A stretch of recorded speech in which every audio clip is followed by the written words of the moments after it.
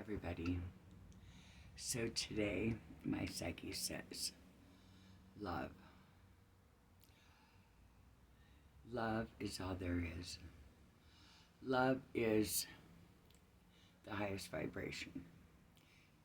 Love is what connects us all. And love is life changing.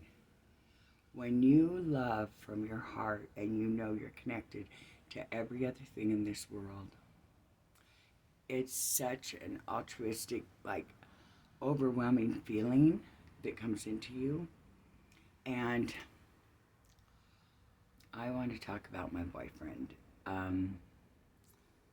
So I'm in a relationship about 3 months now, and I don't want to share, there's many things I don't want to share about our relationship, but I want to say some things about him, about my journey to him. I went off all the dating sites. I was like, I'm done with this. And 2 days later, I met him through my sister.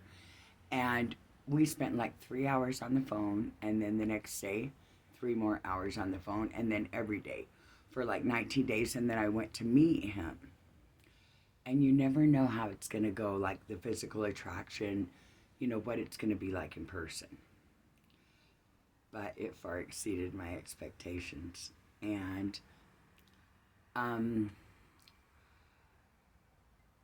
there was also this side of me that was like, you are not my normal type. You have a history that is not so great. I don't want to call them red flags because they weren't. They were my ego judging who this person was by where he was at in his life. And I had to keep telling myself, Terry, it is not where he's at, it's who he is. And then we got together for about 2 weeks or more, and then I went back to Idaho, and 5 days went by, and he came up to me because we couldn't stand to be apart. And we spent a couple more weeks together. He had to go back to Utah. And then 5 days went by, and I couldn't stand to be apart from him. So I came to Utah.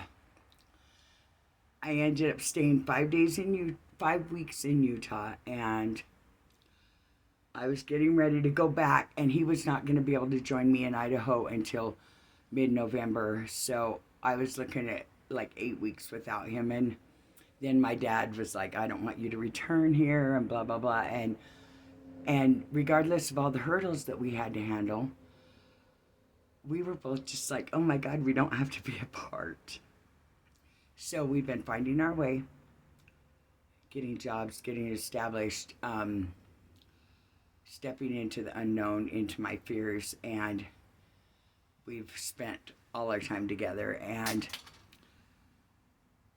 what I've learned in that is like, there's little things you think from previous relationships, like, oh, I don't want to be treated like this, or you bring things from your previous relationship into your new relationship, and it's like, I don't want to be that. And what I can honestly tell you is that every single day that I have been with this man, he has surprised me with his moral compass, with his authenticity, with his willing to take ownership and responsibility, with showing up for the hard talks, with always showing up. Regardless, he shows up. And the physical chemistry was there, like everything was there. I was a little put off by the age difference, but I'm learning that it is our souls that are in love, not our physical bodies. And I have been amazed at my capacity to love, at how hard it is for me to receive love and trust in that, at how much of a man he is. I've had times where I've been crying, going through difficult times, and he leans over my shoulders, and then I feel tears on me, and he's crying for me. I've had times where I thought, no way is it going to own this particular trauma that I have, or let alone accept it. And he has more than accepted it. He said, I love you no matter what. And ultimately, your life path is your life path, and it has to be yours. And he's allowed me that freedom. So the trust is just built. So I'm 59 years old, and I've never experienced anything like this in my life. And though he is not who I thought I would be with, because he's polar opposite than me, he is everything I needed. And he adores me and he respects me. And then I've heard, watch how someone treats their mother, because that's how they'll treat you ultimately. And he takes care of his mom, and he's so kind to her, and he opens the doors for her, and he does things that are unreal. Like, every day this man amazes me with how much of a man he is. Like, I have only ever been with cowards, or been associated with cowards, with people who won't take responsibility, who say whatever, who don't own their shit. And so this is so surreal for me. Like, what the fuck? What did I do to deserve this awesomeness? And then I know what I've done to deserve it. Like, I put in work like no other. I'm not afraid to put in the work. But you put in the work and you hope that person's going to come. But when they actually do,